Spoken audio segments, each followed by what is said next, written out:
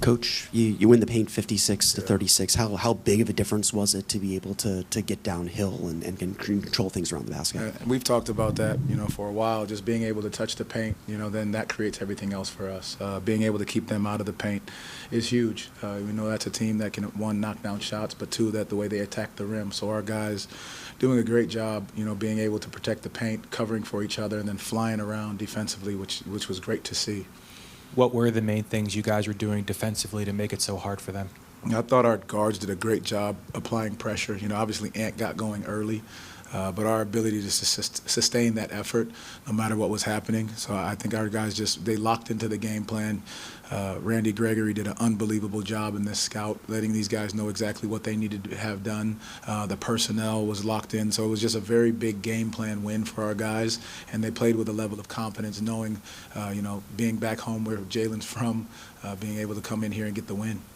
Des had 30 points without making a three. It's the second time he's done that this year. What's the mindset of a player, especially a guard, to be able to do that, and what does that do for everyone else when someone's playing like that? Well, he just takes what the game gives them, and I think that's what great players do. They take what the game gives them, and then he's just adjusting to how teams are playing him.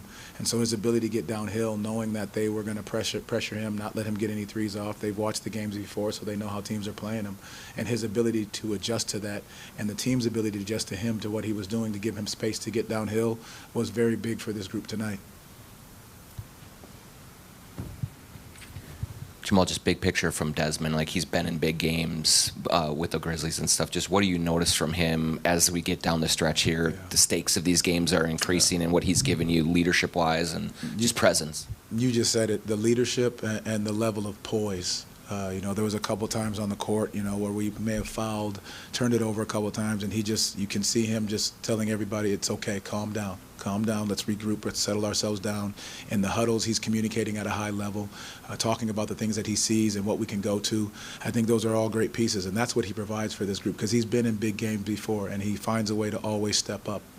And that little pull-up that he gets to in kind of right around in the paint or right outside of it, I mean, even when you're facing like a Rudy Gobert, to be able to have someone that can strafe from that area, is that just a key for you guys? Well, it's key because of how they're playing his three-point shot. They're chasing him off the line, getting him into the mid-range. And I think, tonight with a guy like Gobert who's going to be at the rim, you've got to make your decisions quickly. And so if he steps up, now you can find a way to get by him to get to the rim, which you saw a few times. But if he stays back in that drop, you got to be able to have guys that can step up and knock that shot down. And I think he did a great job of that. I think early on, Jalen had the same situation with the pull-up as he was down the floor. So our guys just keep recognizing what the game is giving them and continue to hit singles. It's not about hitting home run plays. It's about doing the simple things and sometimes the boring things over and over and over again, because that's what creates leads and that's what creates team basketball.